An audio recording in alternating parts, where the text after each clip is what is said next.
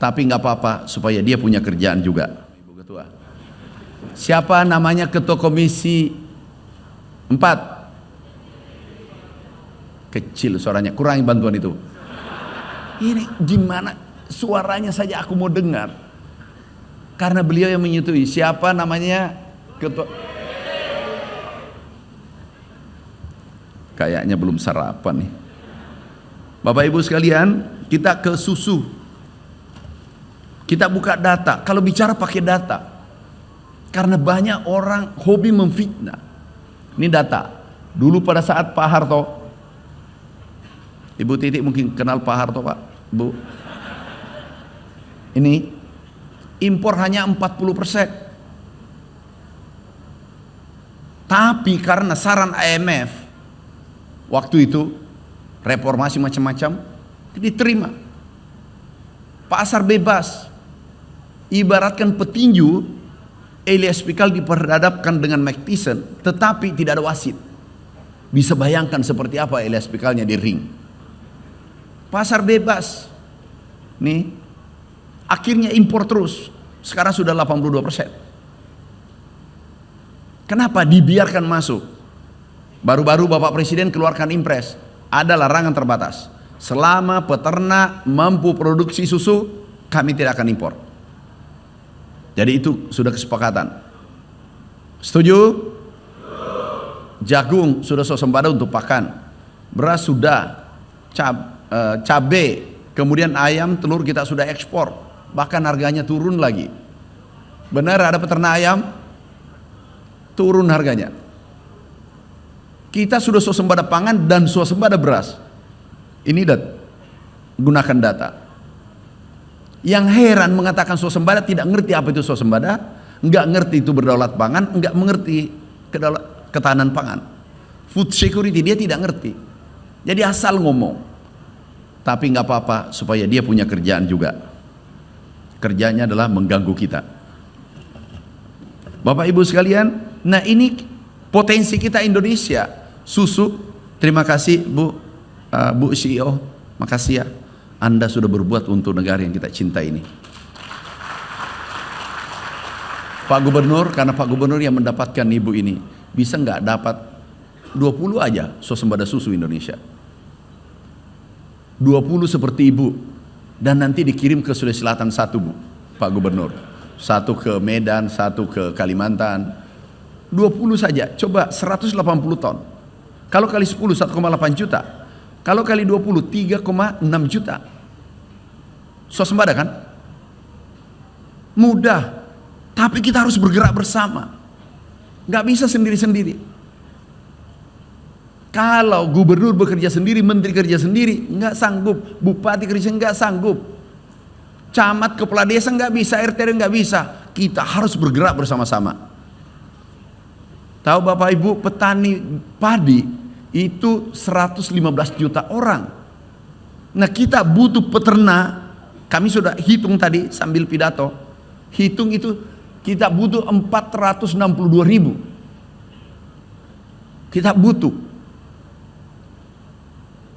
100.000 cukup. Tapi pelihara 4 ekor. Pak Dijen, nanti kita format ulang. Tolong undangkan saya, Pak Dijen, undang koperasi yang tadi 230, undang. Kemudian yang besar sebagai guru beliau pendampingan, kami mau rumuskan kebijakan baru menghadap Bapak Presiden. Kita selesaikan satu persatu.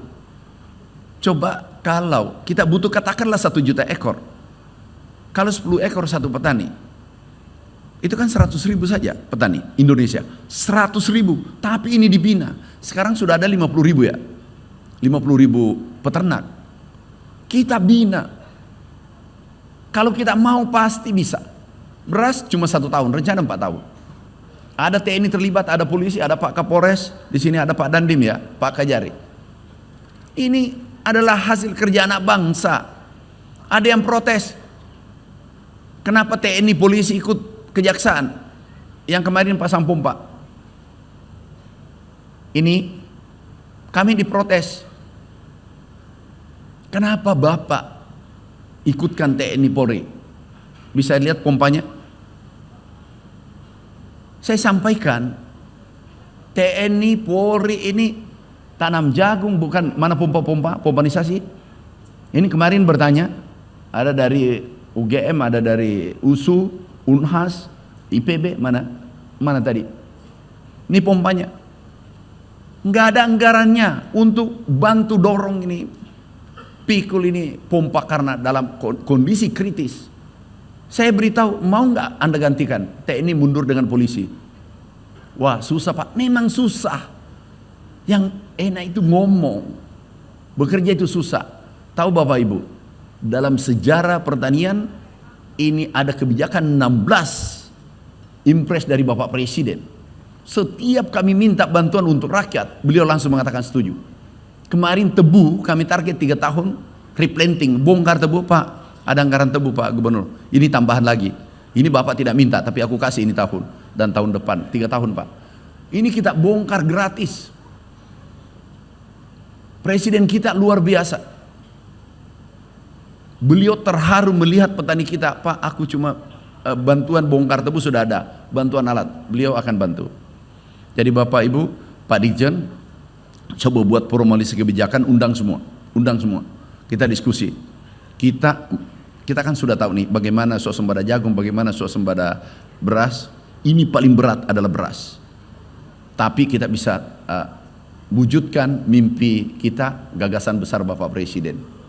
Sekarang sudah swasembada beras. Swasembada pangan juga sudah. Kan yang dikatakan swasembada 10%. 10% impor. Nah, kalau kita hitung, ini sesuai FAO. Kalau kita hitung semua, pangan kita ini yang kita jaga ada 11. Nah, impornya ada 3,5 juta ton yang merah, tetapi yang kita produksi 73 juta ton. Impornya hanya 4%. Pangan artinya sudah swasembada. Tapi ekspor kita sangat tinggi. Ekspor CPO terbesar dunia, ekspor kelapa terbesar dunia. Ekspor kita naik karena kebijakan Bapak Presiden 166 triliun, impor kita 41 triliun. Jadi 200 triliun hanya ekspor impor, menekan impor, mendorong ekspor. Ada yang menarik baru-baru kebijakan Bapak Presiden, Pak Gubernur, kebijakan Bapak Presiden ekspor satu pintu.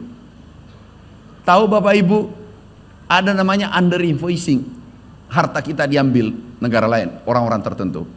Ini hilang. Berapa nilainya selama 34 tahun? Itu 908 miliar dollars. Kurang lebih 15.000 triliun. Jadi satu pintu, apa maksudnya? Kami terangkan. Jangan-jangan ini sudah habis waktu nih. Kami izin Bu Ketua, ini saya harus jelasin. Under invoicing yang dimaksud Bapak Presiden adalah harga CPO kita itu Rp14.000. Oke, tetapi diekspor 14.000, padahal harga di dunia itu 27.000. Saya ulang, ini harga kita dalam negeri 14.000, tetapi harga di Nederland ini 27.000. Artinya ini dikurang ini 13.000 tidak kena pajak. Paham maksudku Bapak Ibu? Dan yang menerima di sana adalah perusahaannya sendiri. Dan belum ada, ini presiden pertama yang berani mengatakan satu pintu. Ini nanti tidak ada yang hilang. Herannya pada saat beliau umumkan harga TBS turun, kami di Tanah Suci lagi berdoa di Tanah Suci, dan lucunya ini mungkin bukan kebetulan, kami sambil berdoa di salat tahajud di Masjidil Haram, tiba-tiba ada petani ngoceh di depan saya sholat tapi ngoceh dengan temannya, itu apa ini pemerintah satu pintu, turun harga sawit macam-macam, ini juga menterinya tidak beres. Saya di belakangnya, dia tidak ngerti bahwa saya menteri. Jadi diomelin di Bu Ketua, saya diomelin, ini orangnya, aku cari belum ketemu. Ini orangnya, omelin saya, ini Masjidil Haram. Kenapa Menteri Pertanian? Itu nggak perhatikan kita, kenapa ada satu pintu? Karena beliau tidak paham. Begitu kami pulang ditelepon Bapak Presiden,